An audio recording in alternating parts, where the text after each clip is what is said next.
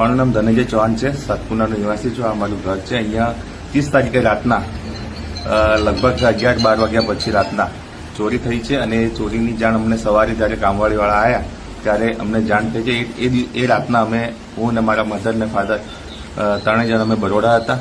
સવારે જ્યારે આવ્યા ત્યારે બધું જોયું ત્યારે અમે પોલીસને જાણ કરી આવ્યા પછી અને પોલીસે કાર્યવાહી ચાલુ કરી અને અમે જ્યારે અંદર બધું જોયું ત્યારે તપાસમાં એવું આવ્યું છે કે અમારું અંદાજે 36 તોલા જેવું સોનું ગાયબ થયું છે. થોડા ઘણા 2 લાખની આજુબાજુ કંઈક કેસ હતા એ ગાયબ થયું છે અને પોલીસને પછી જાણ કરી છે તો પોલીસની કાર્યવાહી હવે ચાલુ છે. તો અમારી માંગ એટલું છે કે હવે જે કાર્યવાહી ચાલુ થઈ છે એમાં જલ્દીથી જલ્દી તપાસ કરીને જે આગળ કાર્યવાહી છે એ પૂર્ણ થાય.